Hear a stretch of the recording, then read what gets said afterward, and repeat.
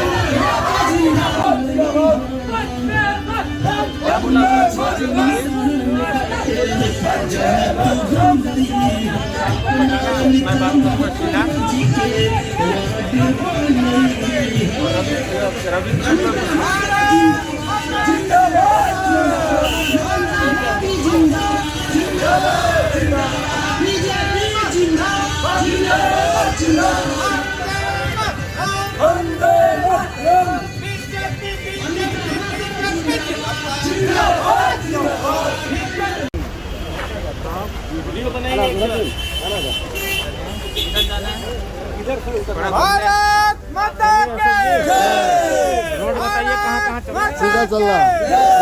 जय श्री राम, जय श्री राम, जय श्री राम, जय श्री राम, जय श्री राम। वंदे मातरम, वंदे मातरम, वंदे मातरम। बीजेपी बीजेपी जिंदाबाद, जिंदाबाद जिंदाबाद। बीजेपी बीजेपी बीजेपी जिंदाबाद, जिंदाबाद जिंदाबाद। वंदे मातरम। इस 5 नंबर वार्ड का चुनाव के प्रचार में आके आपका उम्मीदवार और आप क्या लग रहा है आपका?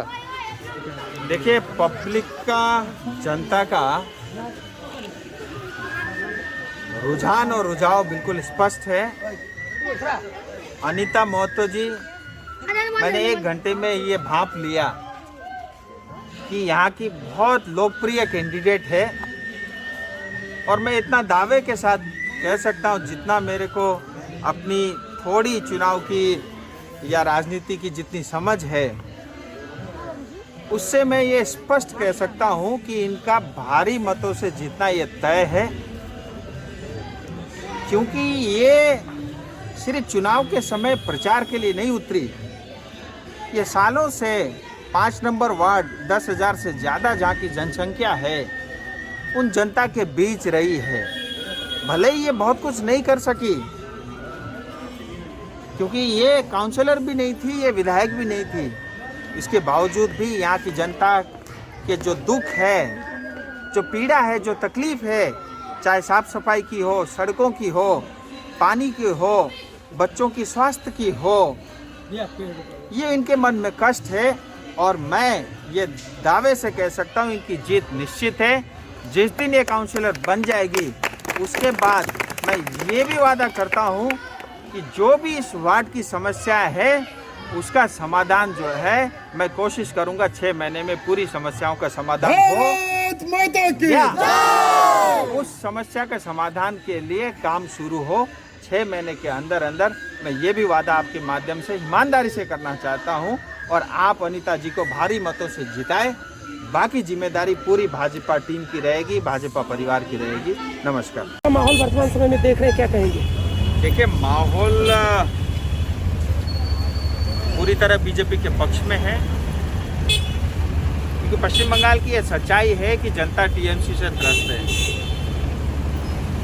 और विशेष करके नॉर्थ बंगाल सिलीगुड़ी के लोग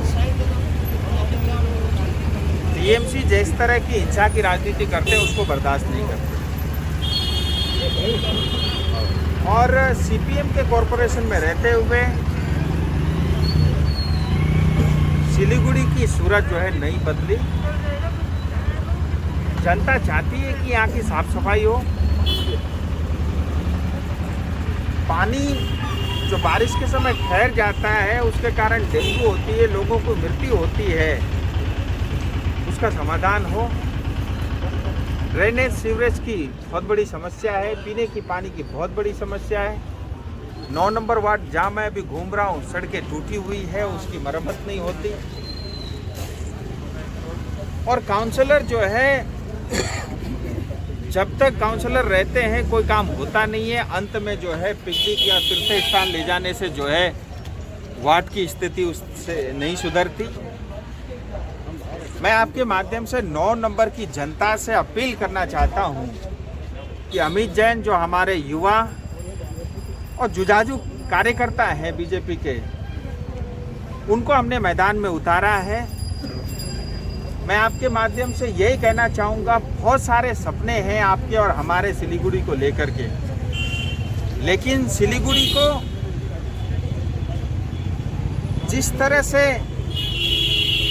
बनाना चाहिए, हमने सिलीगुड़ी को डस्टबिन बनाया है, उससे मुक्ति पाने के लिए बहुत ज़रूरी है कि जिसके पास विजन हो, जिसके पास मोदी जैसा नेता हो, ऐसे को सत्ता में लाएं।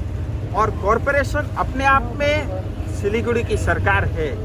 बंगाल में क्या बनती है, दिल्ली में क्या बनती है, उससे ज़्यादा हमारे लिए महत्वपूर्ण है कि सिलीगुड़ी में हमारा मेयर, हमारा जो है सरकार कैसे बनती है, हमारे लिए ज़्यादा महत्वपूर्ण है। मैं आपके माध्यम से चाहता हूँ कि आप सब लोग बीजेपी कार्यकर्ता और नेताओं का उत्साहवर्धन करें, भारी मतों से जिताएं। जिम्मेदारी मैं लेता हूँ, जो भी आपके लिए करना पड़ेगा हम अवश्य करेंगे।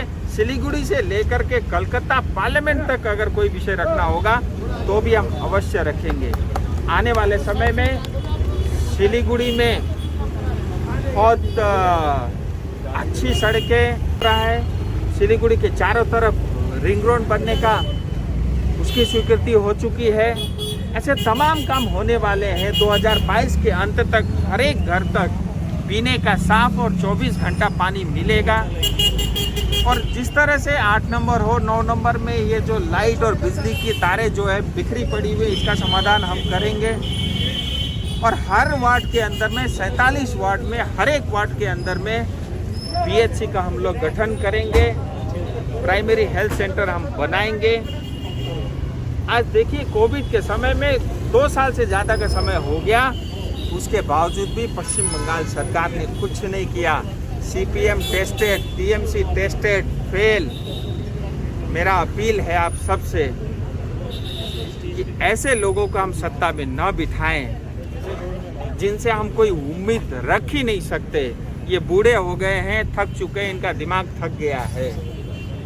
अभी समय है, ये मांग है कि नए युवा जोश जिनके अंदर में सिलीगुड़ी को लेकर के कुछ सपने, कुछ कर दिखाने का जिसमें जज्बा है, ऐसे लोगों को हम मौका दें। आप देखिए, 5 साल आप उनको दीजिए, अगली बार जो है आपको कभी निराश नहीं करेंगे। ये मेरा आपके माध्यम से सबसे निवेदन है। जनता से यही अपील करता हूँ, मजबूरी है हमारी इस समय चुनाव प्रचार में उतरना, उसके बावजूद भी मैं आपके माध्यम से यही कहना चाहता हूँ कि कोविड का पूरा ध्यान स्वयं ध्यान रखें और कोविड का पूरा पालन, नियमों का पालन करते हुए हम मतदान करें। और ये मौका है सिलीगुड़ी के लिए, युवाओं के लिए, महिलाओं के लिए, व्यापारी वर्ग के लिए, चाहे बंगाली हो, चाहे बिहारी हो, चाहे मारवाड़ी हो, चाहे गोरखा हो, चाहे राजवंशी हो, सबके लिए कि हम बीजेपी को चुने।